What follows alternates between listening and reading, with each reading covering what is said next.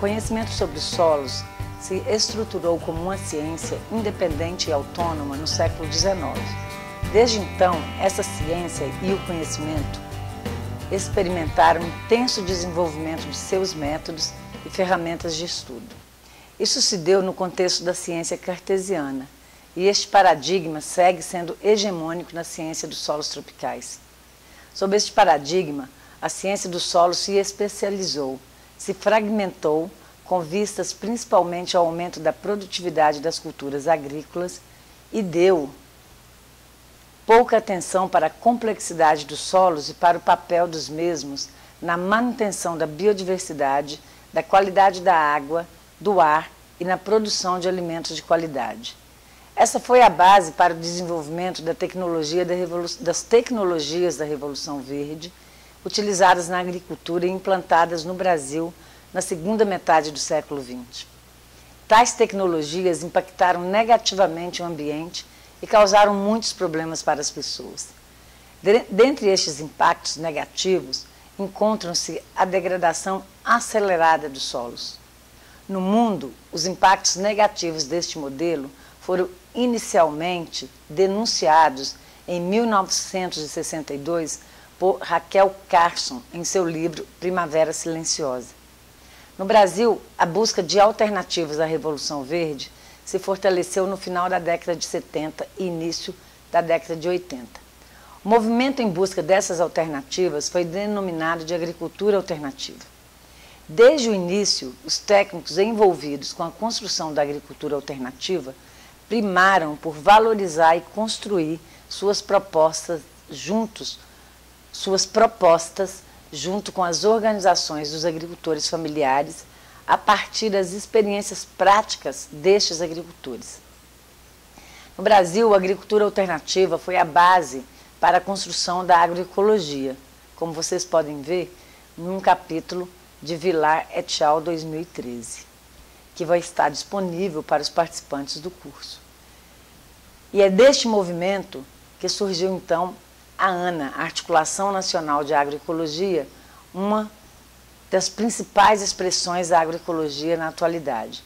Sobre a ANA você pode olhar o site www.agroecologia.org.br.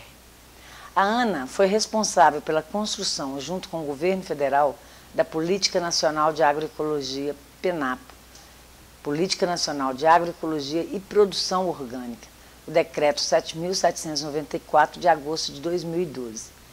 O Brasil foi o primeiro país do mundo a formular tal política e está sendo seguido por outros países.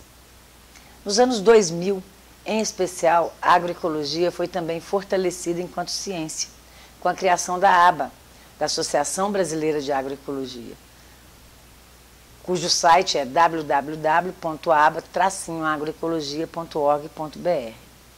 Foi fortalecida também com o lançamento, em 2006, do Marco Referencial de Agroecologia da Embrapa, que também está disponível online, e com a criação de vários cursos de pós-graduação nas universidades.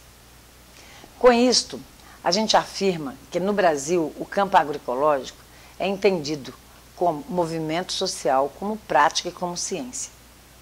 Em 2014, a FAO, Organizações das Nações Unidas para a Alimentação e Agricultura, reconheceu a agroecologia como capaz de dar uma contribuição positiva para a erradicação da fome e da miséria extrema, com a produção de alimentos de qualidade. Para a produção de alimentos de qualidade, é preciso ter solo de qualidade. O solo é essencial para a produção de alimentos, filtragem da água, um dos nossos principais alimentos, estocagem de carbono, manutenção da biodiversidade e da saúde das plantas e das pessoas. Os cientistas reconhecem o valor e o significado dos solos para o cultivo sadio das plantas. Entretanto, muitos deles tratam os solos apenas como substratos, onde fertilizantes minerais devem ser adicionados para nutrir as plantas. Os agricultores e agricultoras, talvez até mais do que os cientistas, compreendem a relação entre solo de boa qualidade e plantas sadias, ainda que muitos deles ou delas também sigam os cientistas no entendimento dos solos apenas como substratos. Os agricultores dizem: Alimente o seu solo se você quer ter uma planta sadia. Cuide do solo e as plantas serão saudáveis.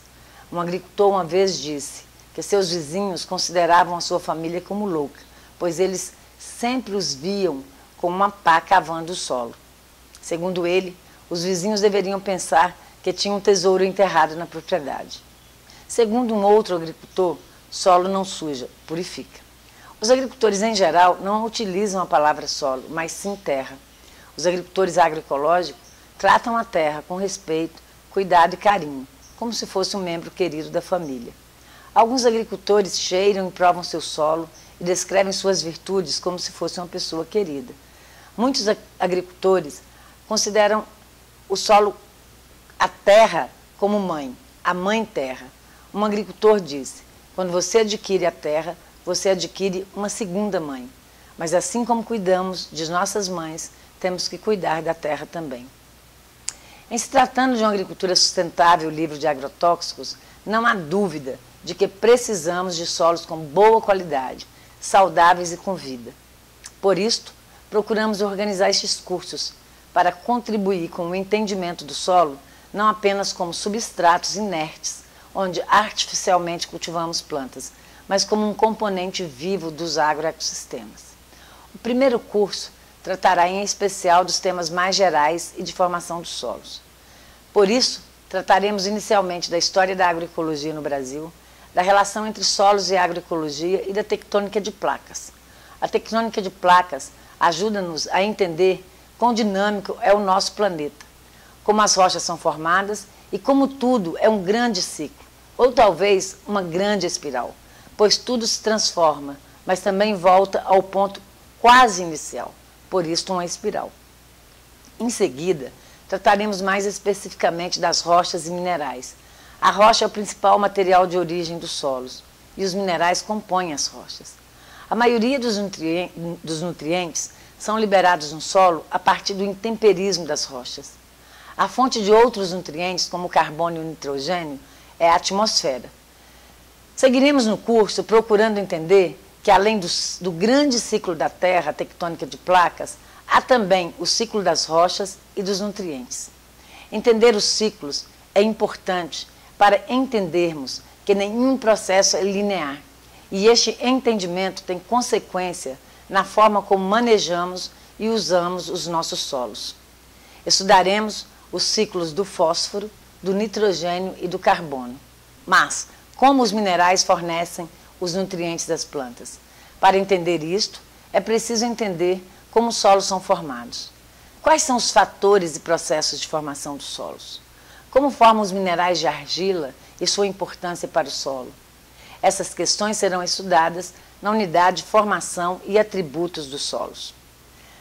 Mas cuidar do solo é também cuidar da água. Mas cuidar do solo é também cuidar da água. Em tempos de escassez hídrica, é preciso entender que não basta fechar as torneiras, tomar banho rápido, não lavar a calçada e o carro e ter muito cuidado com a irrigação, de preferência evitá-la.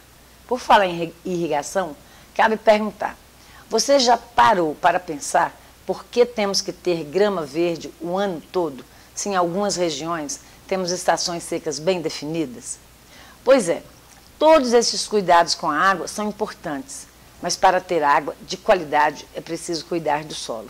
Veremos como os agricultores, ao cuidar do solo, conseguiram fazer aumentar a água de suas propriedades. O que é preciso ser feito? Reflita. Cuidar do solo e da água é cuidar da vida, mas precisamos também cuidar da vida se quisermos um solo vivo. Precisamos cuidar da vida no solo e fora do solo, pois há uma relação entre solo de qualidade e biodiversidade do solo e acima do solo. Que vida é esta? Teremos uma sessão específica para discutir a vida no solo.